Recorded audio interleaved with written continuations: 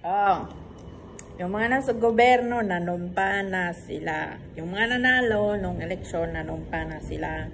Ngayon, pagpasok nila, di ba? Pagpasok nila, nakita nila mga utang ng mga nagdaang administrasyon. O, di ba? O ngayon, syempre, bubuklatin mo, sasabihin mo sa mga tao na ganito yung utang, ganito yung utang. O, ngayon, ano ang aral, di ba? O ikaw naupo ngayon. Ikaw pinaupo ng tao ngayon. So anong gagawin mo? O di ba?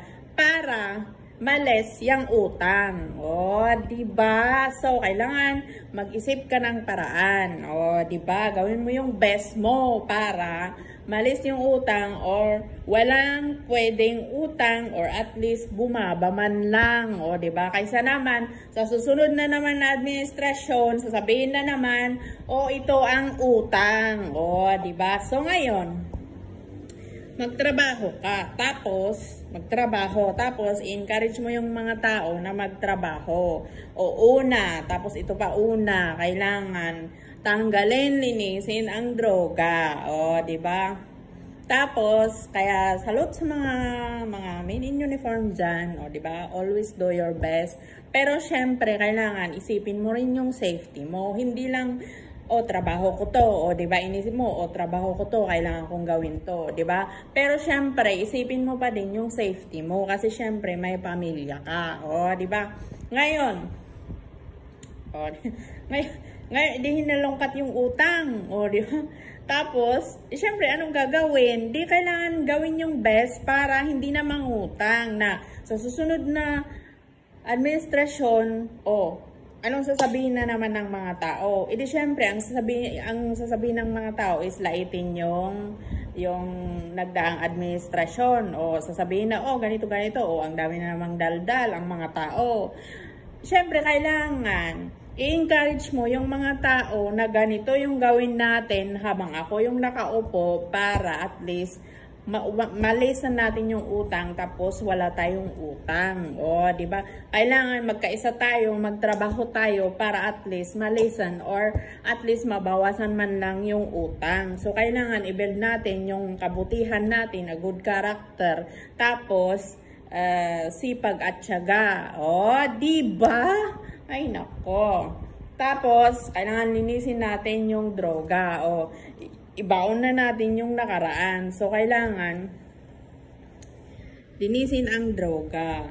Tapos, magtrabaho tayo para at least kung ano yung sobra-sobra sa atin, ibenta natin sa labas. O, diba? So, syempre, kailangan nating i-market. Kailangan nating ibenta. Syempre, kung may bibili, at least, tangkilikin ng mga ibang bansa or ibang tao sa labas, at least, diba, kikita ang ekonomiya ng Pilipinas. Diba?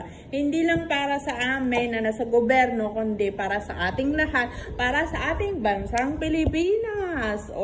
Diba? Diba? Diba? Tapos, ito pa, yung mga kumpanya